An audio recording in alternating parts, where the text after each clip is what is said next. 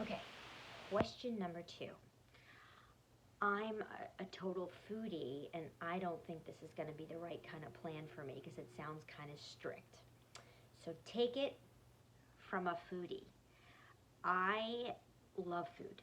I love going to restaurants. I love desserts. I have a sweet tooth. So for me, at the beginning, it was tough. That very first week that I decided I was starting this plan. I had a 50th surprise birthday party. I had no idea it was even happening. So that there you go. Then we went to Italy to see our daughter who was traveling abroad for school. Um, and then I came back, and then the pandemic happened. So through this entire process, I was able to stay on plan. Yes, there were times where I had a little bit, I had things outside the plan. My husband and son happen to love pizza, so there's been a lot of pizza eating in the house that I've had to kind of curb because sometimes you just can't have all that pizza. And I even launched a artisanal marshmallow business while I was doing this. So even though I was steadily losing weight, all the times I had a little bit of those extra little bites, taste, licks, um, those were the things that kind of slowed my weight loss. But it was still steady because I was doing everything else correct. And I was going a little bit off the beaten path, which I don't recommend, because if you really want to lose and get to your goal quickly, then you really do have to be militant about it. You have to be strict, but that's only for a shorter period of time.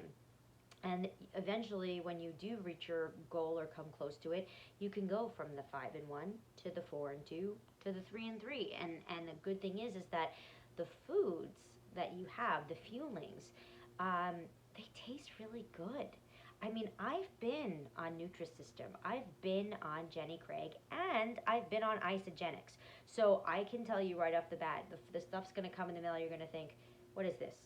Is this like astronaut food? I don't get it.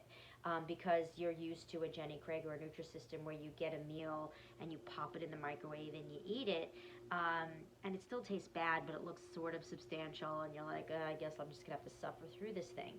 But if you start thinking about, oh, if I can bake a muffin or make a waffle or a pancake that's measured for me for the correct serving size, instead of kind of just taking out the Aunt Jemima, which we can't call Aunt Jemima anymore. So anyway, the pancake box, and um, you might just measure a little bit too much. But when everything is prepackaged and you know the exact measurements for everything, then you have your treat and you haven't gone over. Just like when you buy those snack bags for your kids when they go to school, right?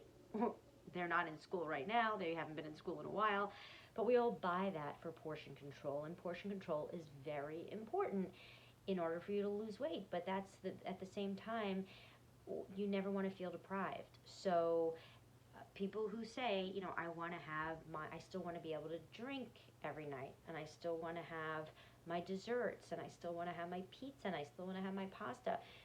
I still want to have all that stuff too. And what I realized is that I'm never going to be that person that's like an all or nothing. I'm going to, once in a while, when, this weekend we're going on a pizza crawl, you think I'm not going to have a slice of pizza? You got to be crazy. Or on the weekends, that's when I say, okay, I'm going to have my glass of wine. But I used to have 2 to 3 glasses of wine. Now I have one.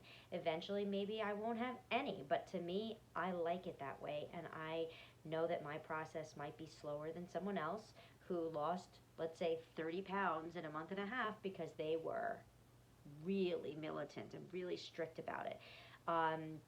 Another thing that someone asked today, what do I do when I dine out? So we will answer that question next.